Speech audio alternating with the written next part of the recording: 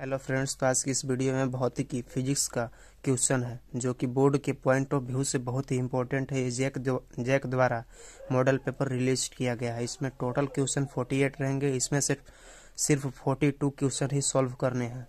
जैसे में 1 से 25 तक का क्वेश्चन जो 1 मार्क्स का रहेगा MCQ, और 26 से 34 तक का क्वेश्चन जो कि 9 क्वेश्चन रहेंगे। इसमें से 7 आपको सॉल्व करना है, ये भी 1 मार्क्स का क्वेश्चन रहेगा। और 35 से 42 में 8 क्वेश्चन रहेंगे। इसमें से 6 मतलब 6 सॉल्व करना रहेगा, जो कि ये 3 मार्क्स क्वेश्चन रहेंगे। और 43 से 48 जो कि क्वेश्चन टोटल क्वेश्चन 6 रहेंगे। इसमें से सिर्फ 4 ही बनाने हैं, जो कि 5 मार्क्स का होगा क्वेश्चन। फर्स्ट क्वेश्चन मेरा कहता है which one of the following charge is possible. 4 option में से कौन सा चार्ज पॉसिबल है। तो देखिए पहला क्वेश्चन का सेकंड ऑप्शन क्या है। इसमें चार्ज दिया गया है 3.2 into 10 to the power minus में 18 कूलम। ये क्यू का वैल्यू दिया गया है और एन निकालना है, और ई का वैल्यू फिक्स होता है 1.6 into 10 to the power minus 19। और हम लोग क्वांटाइजेशन ऑफ चार्ज में पढ़े हैं Q equal to N E, N बराबर Q बाई ई। Q कितना है 3.2 into 10 to the power minus में 19, और जो Q ई का वैल्यू है 1.6 into 10 to the power minus 19। ये पॉइंट कैंसिल आउट है 16 से 2 बार में, और ये ऊपर गया तो ये प्लस में चल जाएगा। 18 था, ये प्लस में 19, 2 इंटू 10 हो जाएगा 20, जो कि ये इंटीजर वैल्यू है। इंटीजर वैल्यू एग्जिस्ट करता है, क्वांटाइजेशन ऑफ चार्ज पॉसिबल होगा। इंटीजर वैल्यू किसको कहते हैं, फ्रैक्शनल में ना हो, इंटीजर फ्रैक्शनल में ना हो, डिवाइड में ना हो। और क्वेश्चन नंबर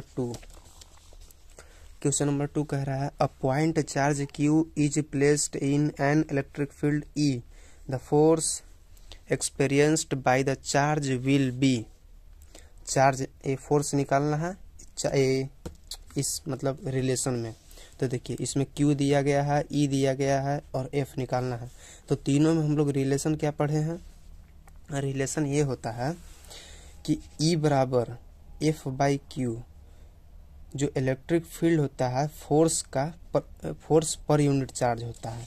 तो F बाई Q, इसमें मेरे को क्या पूछा है, फोर्स निकालने के लिए फोर्स। अब देखिए फोर्स निकालना है तो ये इधर चल जाएगा Q इंटू ई, तो आंसर हो जाएगा Q इंटू ई। ऑप्शन नंबर क्या है, ऑप्शन नंबर बी इसका सही आंसर हो जाएगा। तो क्वेश्चन नंबर देखिए 3 capacitor each of capacity C है इसका, आर ऐड किया गया है किसमें, पैरेलल कनेक्शन में। Then the equivalent capacitance will be. Equivalent capacitance क्या होगा, हम लोग पढ़े हैं पैरेलल कनेक्शन ऑफ कैपेसिटर का formula C equivalent C1 plus C2 plus C3, जो कि ये 3 कैपेसिटर के लिए कह रहा है। तो C1 की जगह C, C2 C, C3 C, तो C इक्विवेलेंट निकालेंगे 3C आएगा, answer A, option number A. अगला क्या है, द इलेक्ट्रिक फ्लक्स निकालना है इन न्यूटन मीटर स्क्वायर पर कूलम में दिया गया है। For Gaussian surface that enclose that charge particle in free space, Q1 का वैल्यू, Q2 का वैल्यू, Q3 का वैल्यू दिया गया है। इसको हमको निकालना है। देखिए हम लोग पढ़े हैं गॉस लॉ क्या कहता है, phi E is equal to Q enclosed बटा में एप्सिलॉन नॉट। अब यहाँ 3 चार्ज दिया गया है, 3 चार्ज का मतलब Q1 plus Q2 plus Q3 बटा में एप्सिलॉन नॉट। अब देखिए Q1 का वैल्यू कितना दिया गया, Q1 का वैल्यू -14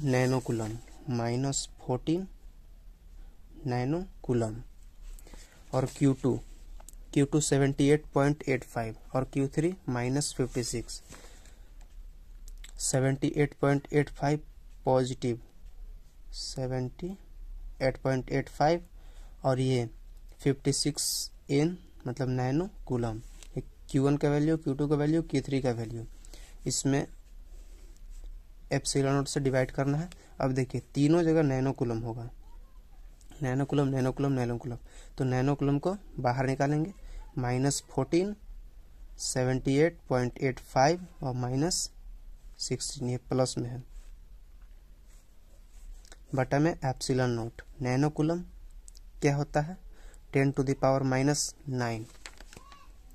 अब देखिए तो नैनो कूलम को 10⁻⁻9 लिखेंगे क्योंकि एक नैनो कूलम बराबर 10⁻⁻9 होता है। अब 78.85 में से -17 करेंगे तो 8.85 आएगा और एप्सिलॉन नॉट का वैल्यू हम लोग जान ही रहे हैं कि 8.85 इंटू 10⁻⁻12 होता है। डिवाइड कर दिए इससे, 8.85 ऊपर भी 8.85 नीचे भी, ये कैंसिल हो गया और 10⁻⁻9 ऊपर और 10⁻⁻12 नीचे। तो 10⁻⁻9 ऊपर था, नीचे माइनस में था, ऊपर गया प्लस में, तो -9 और +12 कितना हो गया +3 हुआ ना। तो 10⁻³ इसका करेक्ट आंसर हो जाएगा। क्वेश्चन नंबर 4 का option number A. Question number 5 क्या कहता है? क्वेश्चन नंबर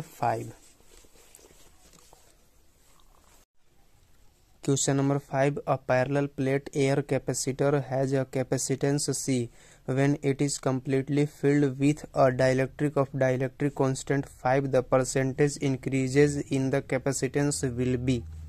इसमें देखिए पैरेलल प्लेट कैपेसिटर का फॉर्मूला होता है C = A epsilon not by D। इसमें A area of the plate, epsilon not permittivity और D डिस्टेंस पैरेलल प्लेट का कैपेसिटर का।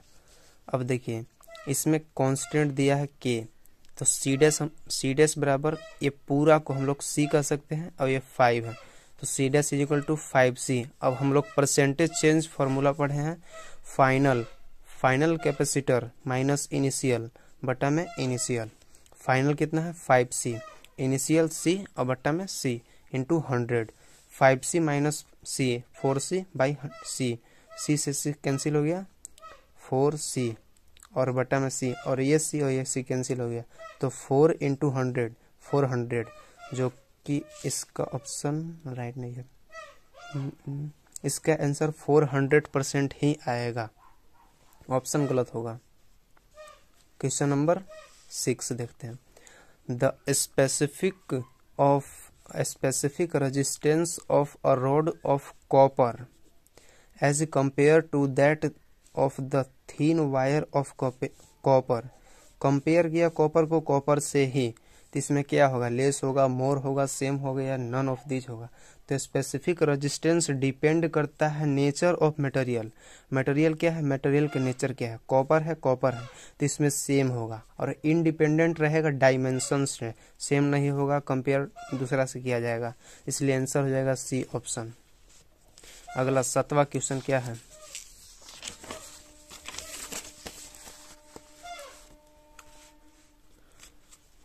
Ohm's law is valid when the temperature or conductor। Question number 7 Ohm's law is valid when the temperature of conductor is। Temperature में valid क्या होगा, very low, very high या wearing या constant. इसमें देखिए हम लोग Ohm's law तो पढ़े हैं, V = IR।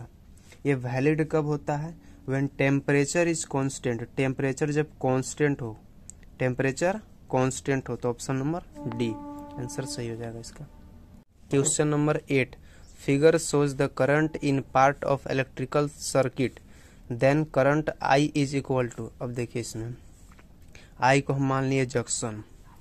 अब देखिए टुवार्ड्स द जंक्शन की ओर आ रहा है, तो इसमें पॉजिटिव चार्ज लेंगे, पॉजिटिव मतलब साइन लेंगे, और जंक्शन से अवे फ्रॉम द जा रहा है, तो अवे में नेगेटिव साइन लेंगे। देखिए आ रहा है दोनों, तो 2 और 2 कितना हो गया 4 एम्पियर हो गया। आते आते 1 एम्पियर यहाँ से माइनस हो गया, 4A माइनस 1 एम्पियर, तो 3 एम्पियर बचा। एक और 1.3 एम्पियर का करंट अवे चल गया, तो 3 और माइनस 1.3, तो बच गया कितना 1.7 एम्पियर। तो यहाँ टोटल करंट आया 1.7 एम्पियर, जो कि ऑप्शन नंबर ए इसका राइट आंसर है। अब देखिए नौवां क्वेश्चन क्या कर रहा है, unit of magnetic flux is, magnetic flux का यूनिट क्या होगा, तो मैग्नेटिक फ्लक्स का unit weber per metre square होगा, per metre square, weber per metre square, option number B. अब कोई पूछ दे कि मैग्नेटिक फ्लक्स का क्या होता है, मैग्नेटिक फ्लक्स का सिर्फ वेबर होता है, वेबर, ये मैग्नेटिक फ्लक्स, और ये मैग्नेटिक फील्ड का। Question number 10, question number 10, magnetic field due to a solenoid is independent, solenoid independent होगा किससे,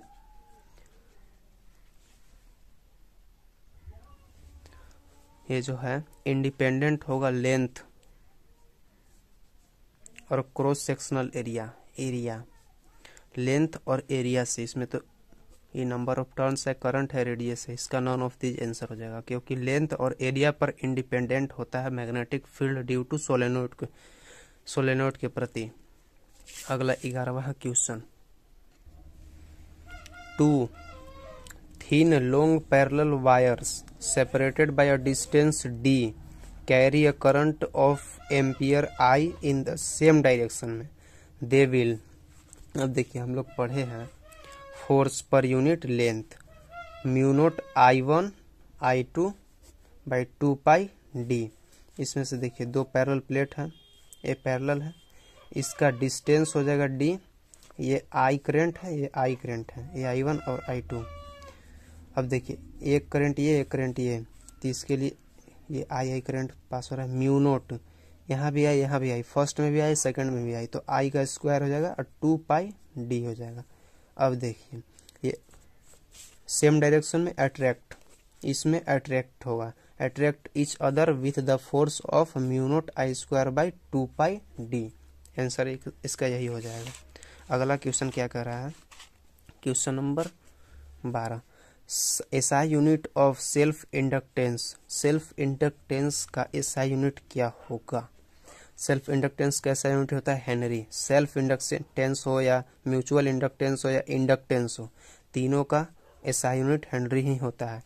जूल तो चार्ज का होता है, ये जूल वर्क डन का होता है, और कूलम्ब जो होता है वो चार्ज का होता है, और वेबर अभी पिछले ही बताया है मैग्नेटिक फ्लक्स का होता है ये।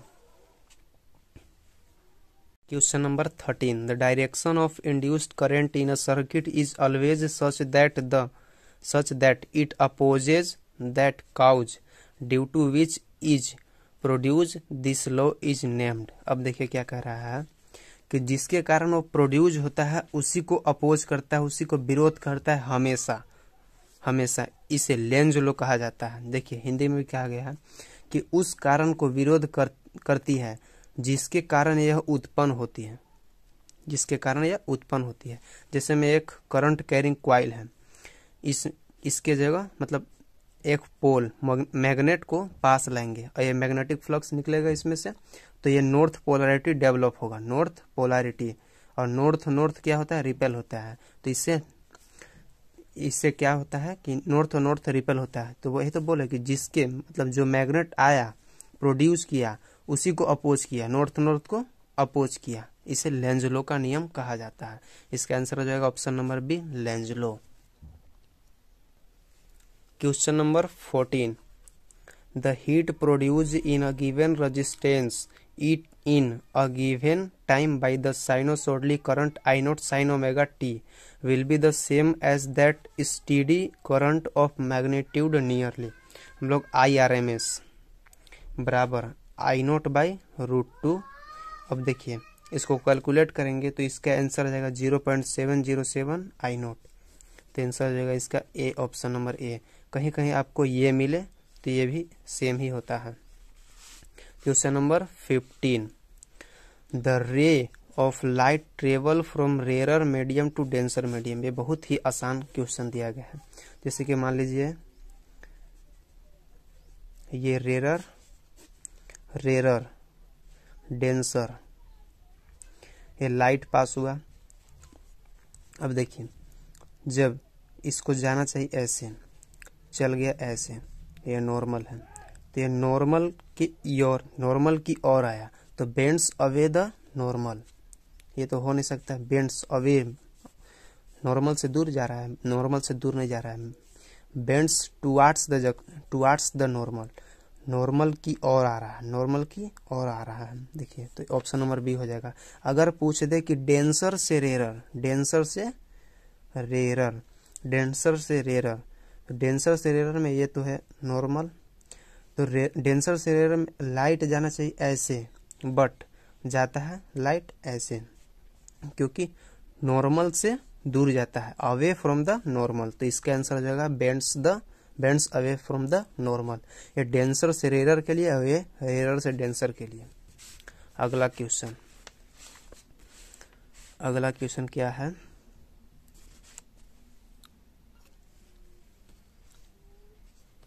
The light travelling through optical fibre is due to, total internal reflection होगा, क्योंकि ऑप्टिकल फाइबर बेस्ड होता है phenomenon of TIR, total internal reflection पे। अगला क्वेश्चन 17 नंबर क्वेश्चन,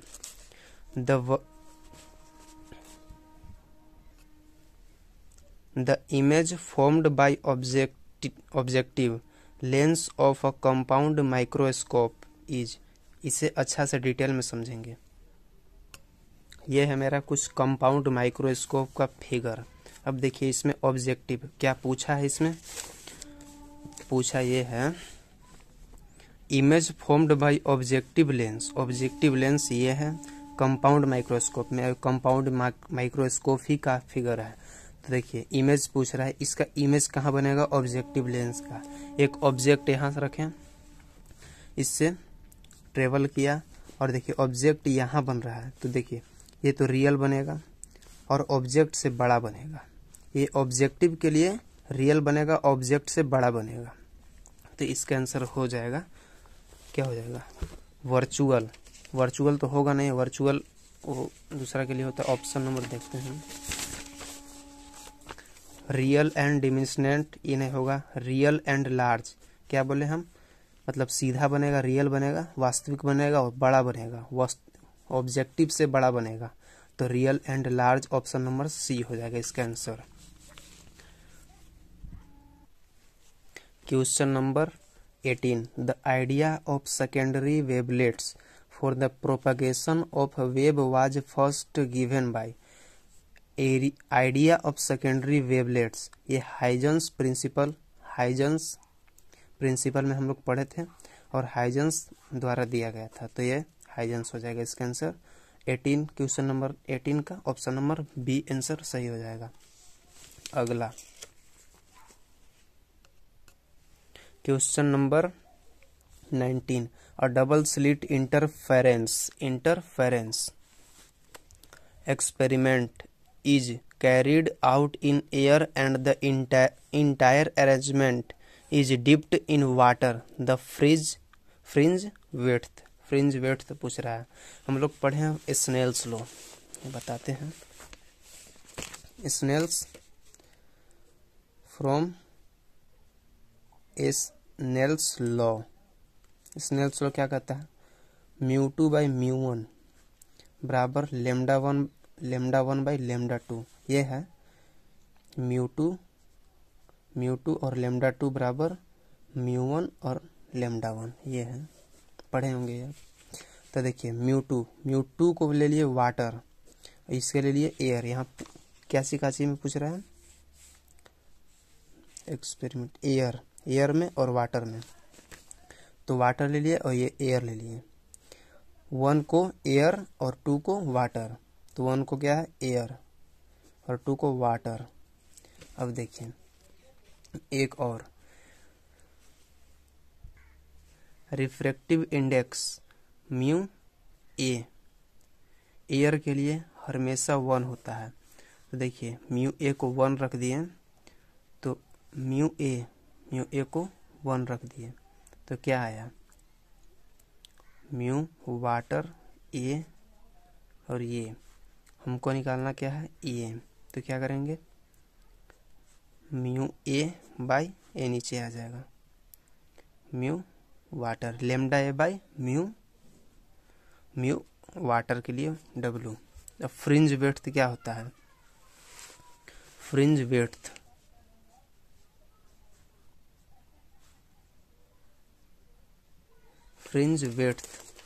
क्या है, बीटा एयर बराबर lambda D by small D हो जाएगा।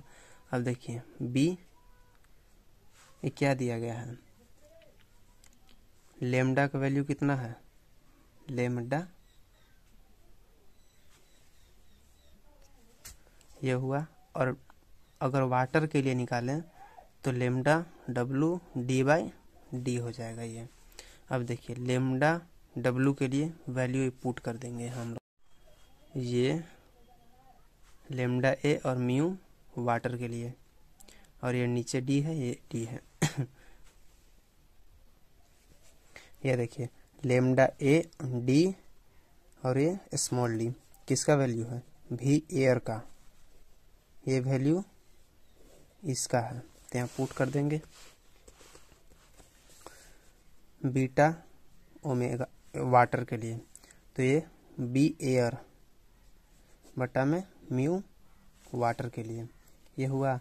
अब देखिए म्यू वाटर जो है ग्रेटर देन म्यू ए है, 10 फॉर म्यू जो ई क्या कहते हैं इसको, फ्रिंज वेड्थ लेस देन ये हो जाएगा, फ्रिंज वेड्थ वाटर के लिए और फ्रिंज वेड्थ एयर के लिए, तो वाटर के लिए कितना हो जाएगा, डिक्रीज, यह आंसर हो जाएगा इसका, डिक्रीज, यही आंसर है।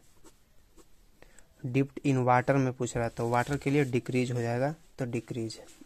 Question number 20 de Broglie, question number 20 में de Broglie wavelength of a body of mass m and kinetic energy E is given by symbol have the usual meaning, इसका meaning क्या होता है। अब देखिए काइनेटिक एनर्जी के ई बराबर वर्क डन होता है,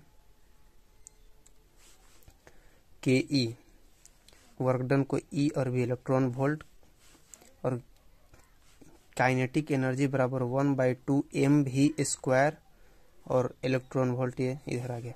तो इसमें अगर हम मास बाय मास से मल्टीप्लाई कर दे तो इसमें कोई प्रॉब्लम नहीं, क्योंकि ये कट जाएगा। तो इलेक्ट्रॉन वोल्ट 1/2 को 1/2 छोड़ दिए, m² v² बटा में m, इलेक्ट्रॉन वोल्ट। हम लोग पढ़े हैं मोमेंटम जो कि होता है m into V, mass into velocity.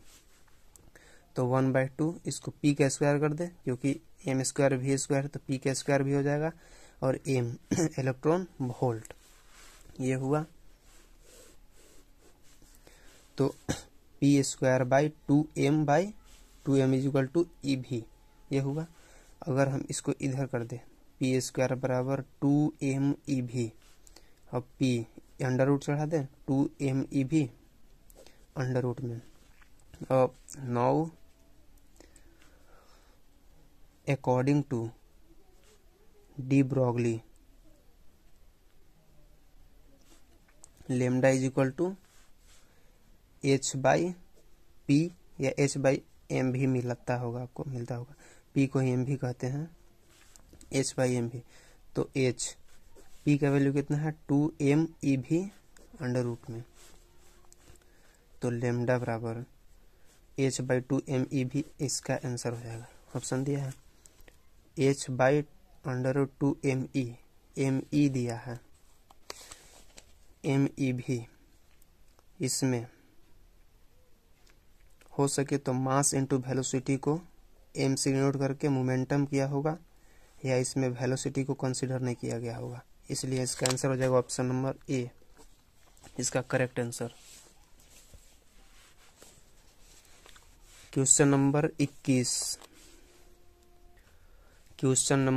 21 inverse model of an atom which of the following is an integral multiple of h by 2 pi। इस क्वेश्चन को अच्छा से समझना है। तो देखिए एंगुलर मोमेंटम, इसका आंसर होगा एंगुलर मोमेंटम। कैसे होगा बता रहे हैं। एंगुलर मोमेंटम बराबर ई पी से डिनोट किया जाता है। h बाई 2 पाई इसका होता है फॉर्मूला। अब देखिए एन टर्म के लिए कह रहा है मेरे को, N H 2 pi N term के लिए। तो ये पूछ रहा है कि बोर्ड्स मॉडल में following integral multiple of, integral multiple, N को इंटीग्रल मल्टीपल ही कहते हैं, मल्टीपल इसका h बाई 2 पाई का इंटीग्रल मल्टीपल है, मल्टीपल h बाई 2 पाई का। तो क्या है, वो मोमेंटम है, एंगुलर मोमेंटम। इसका आंसर हो जाएगा option number D. Question number 22 the transition of electron from n is equal to 3 4 5 6 dot dot dot n is equal to two है, कोरस्पॉन्ड टू। अब देखिए इसमें Lyman, Balmer, Paschen, Brackett 4 option दिए गए हैं। इसका आंसर क्या होगा। देखिए Lyman, Balmer, Balmer, Paschen, Brackett और पी फंड होता है। पी फंड जब n का वैल्यू 2 3 4 हो तो इसका एक कम n का वैल्यू 1, तब लाइमन होगा। अब 3 4 5 n का वैल्यू होगा तो इसका एक कम 2, n बराबर 2 बाल्मर होगा। और n बराबर 4 5 6 इसका एक कम 3 ये पास्सन होगा। और 5 6 7 तो n बराबर एक कम इसका 4, तो इसका ब्रैकेट हो जाएगा। और पी फंड में क्या है, ये साइलेंट होता है फंड का है पी फंड।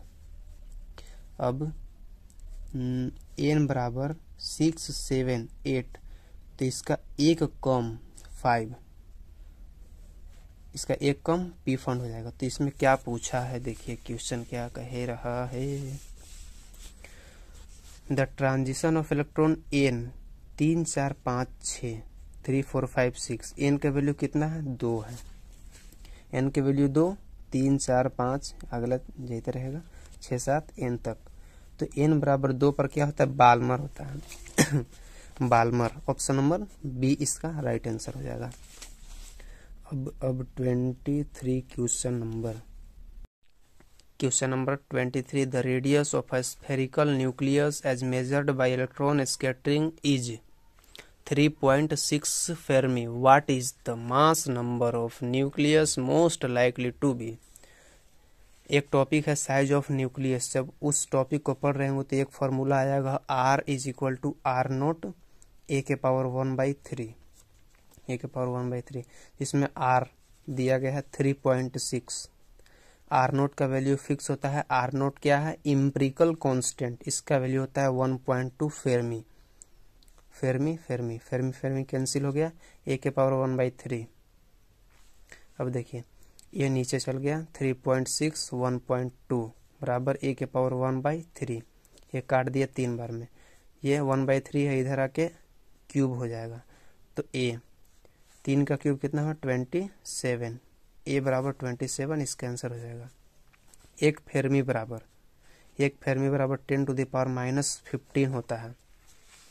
एक फेर्मी बराबर 10 टू द पावर -15। अगला question, to obtained P type silicon semiconductor we need to dope pure silicon with. अब हम लोग एक अच्छे से पढ़े होंगे, जब पी टाइप हो तो question number 24 to obtained P type silicon semiconductor we need to dope pure silicon with. अब देखिए पी टाइप्स में trivalent impurity atom, impurity atom add होता है। ट्राईवेलेंट, ट्राईवेलेंट तो ट्राईवेलेंट किस में होता है? एल्यूमिनियम में होता है। हाँ एल्यूमिनियम में होता है। फॉस्फोरस का, फॉस्फोरस में नहीं होगा। ऑक्सीजन में नहीं होगा। जर्मेनियम में नहीं होगा। तो आंसर हो जाएगा इसका एल्यूमिनियम। इसमें 3 वैलेंस इलेक्ट्रॉन होते हैं। जिसमें 3 वैलेंस इलेक्ट्रॉन होंगे वो पी टाइप सिलिकॉन सेमीकंडक्टर में ही आएगा, और जिसमें 5 वैलेंस इलेक्ट्रॉन होंगे वो एन टाइप सिलिकॉन सेमीकंडक्टर में आएगा। अगला question 25 number question, on heating resistance of semiconductor. जब रेजिस्टेंस ऑफ सेमीकंडक्टर को हीट करेंगे तब एक्सपेंड होगा पार्टिकल बिटवीन स्पेस, जो सेमीकंडक्टर के स्पेस होगा बीच में वो डिक्रीज करेगा। इसका आंसर हो जाएगा डिक्रीज। देखिए इसमें टोटल कुल 25 क्वेश्चन थे। ये एमसीक्यू, सिर्फ एमसीक्यू था। अब अगला वीडियो में ऑब्जेक्टिव जो 1 लाइनर क्वेश्चन था वो, और 3 मार्क्स और 5 मार्क्स तीनों एक ही वीडियो में, एक वीडियो में नहीं 2-3 वीडियो लगेगा, कंप्लीट होंगे। Thank you.